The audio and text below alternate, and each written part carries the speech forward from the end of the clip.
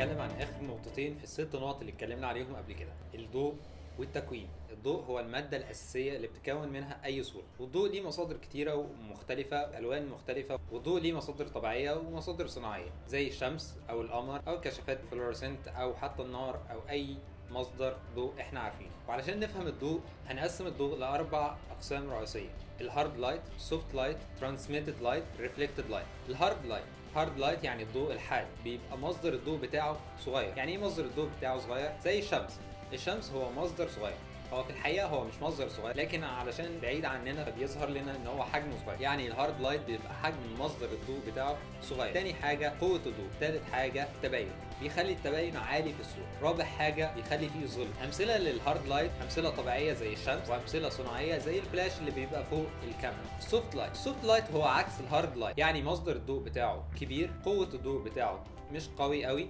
تالت حاجة بيخلي مفيش تباين عالي. رابع حاجة ما بيبقاش ليه ظل. أمثلة على السوفت لايت أمثلة طبيعية: الشمس في يوم غايم، هو الشمس مصدر ضوء قوي وبيعمل هارد لايت. السحاب بيعمل زي ديفيوز للضوء فبيخليه ضوء ناعم، سوفت لايت. تمام. وامثله صناعيه على ضوء السوفت لايت زي السوفت بوكس لو اي حد فيكم عارف. ثالث قسم عندنا هو الريفلكتد لايت. ريفلكتد لايت هو الضوء المنعكس من اي شيء بيقع عليه، زي مثلا ضوء القمر. القمر مش جسم منير لكن هو عاكس لضوء الشمس. واخر قسم معانا النهارده ترانسميتد لايت. ترانسميتد لايت هو الضوء بيعبر شيء او بيعبر وسط معين وبيطلع مختلف عن المصدر الاساسي ليه، زي الجيلاتين لو اي حد فيكم عارفه. الجيلاتين هو نوع من البلاستيك بيتحط على اي مصدر ضوء يعدي لون معين بس ويحجب باقي الالوان. وطبعا بيختلف ترانسميتد لايت على الاداه اللي بيعبر من خلالها الضوء. تاني حاجه هنتكلم عليها النهارده التكوين. التكوين وقواعد التكوين. اول قاعده معانا هي قاعده الثلث، انك تقسم الصوره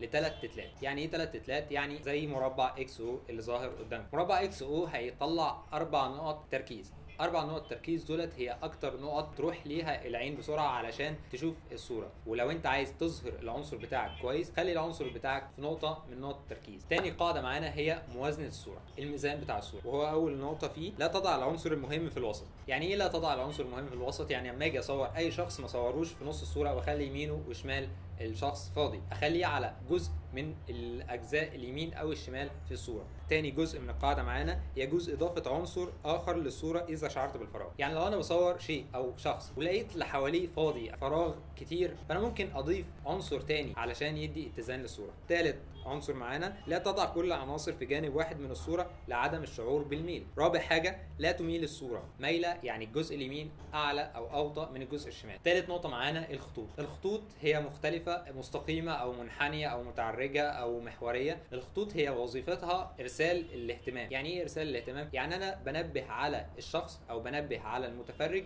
ان في مركز اهتمام انا عايزك تبص عليه. يعني خلينا نتخيل صوره عباره عن سلم وشخص واقف فوق السلم ده. السلم ده هو عباره عن خط مستقيم بيوجه لي مركز الاهتمام اللي انا عايز اتفرج عليه. رابع حاجه التماثل او السيمتريه، يعني يمين الصوره زي شمال الصوره، زي وش الانسان وزي جسم الانسان وزي حاجات كتيره جدا ربنا خلقها سبحانه وتعالى بسيمتريه، خلى الجزء اليمين زي الجزء الشمال، وده بيعطي جاذبيه للصوره. خامس نقطه هنتكلم عليها هي زاويه التصوير. زاويه التصوير، فكر ان انت تغير زاويه التصوير بتاعك. يعني مثلا لو انا بصور زهور، كل الناس لما بتيجي تشوف الزهور بتشوفها من منظور 45 درجه. لو انت صورت زهور بزاويه عموديه او بزاويه زي عين النمله ممكن يدي شعور مختلف للصوره بتاعتك.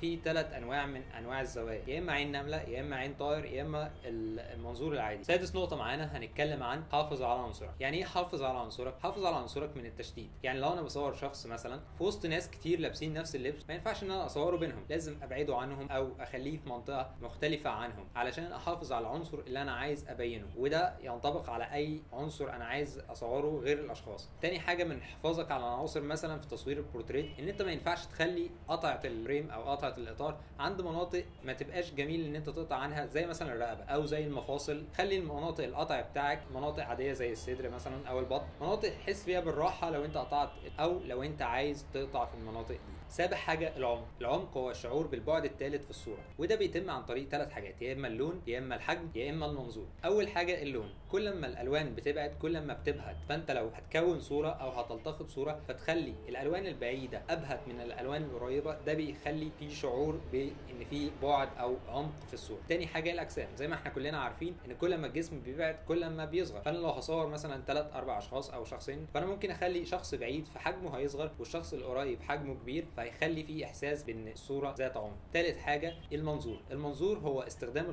الخطوط والاسهم والدوائر واي اشكال هندسيه في الشعور بالعمق. تامن حاجه اترك مسافه. يعني ايه اترك مسافه؟ يعني لو انا بصور اي حاجه ما ينفعش اقفل الكادر عليها، يعني لو انا بصور شخص ما ينفعش اخلي نهايه الفريم حوالين الشخص على طول، لا لازم ادي مسافه مريحه للشخص حوالين الشخص او حوالين اي عنصر انا بصوره. والحاجه الثانيه ان انا لما اجي اصور شخص مثلا بيبص في اتجاه معين، ما ينفعش اصوره واخلي نهايه الكادر في الحته اللي هو بيبص فيها، لا انا ادي مسافه في المكان اللي هو بيبص فيه علشان يدي شعور بالراحه ان انا مش قاطع عليه الكادر. تاسع حاجه ما تسيبش مسافه كبيره تحس فيها بان العنصر مش باين. يعني لو بصور شخص زي ما قلنا في الاول، ما صوروش وانا عامل زوم اوت وهو بعيد ومش باين، لا انا صوره وهو مالي الكادر الى حد ما. عاشر قاعده وهي اهم قاعده معانا النهارده، اكسر كل القواعد اللي انا قلت لك عليها. القواعد دي معموله عشان تتكسر، مش معموله علشان تطبق فكلنا نبقى نفس المصورين، لا احنا بنعرف القواعد علشان نعرف ايه هي معايير الجماليه اللي ممكن اطلع بيها الصوره في احسن ما يمكن. ولو انا عايز احط تاثير بان انا